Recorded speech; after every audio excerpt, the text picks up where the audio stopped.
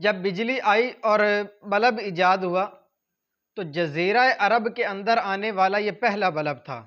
सन 1902 के अंदर अज़ीम आशिक रसूल, अज़ीम सिपा सालार सुल्तान अब्दुल हमीद सानी रहमतुल्लाह अलैह आपने सबसे पहले ये बल्ब, ये तारीखी जुमला कहते हुए मस्जिद नबवी के अंदर भिजवाया कि सबसे पहले मस्जिद नबवी रोशन होगी, उसके बाद हमारे घर और हमारे महल्लात रोशन होंगे। कैसे आशिक लोग थे।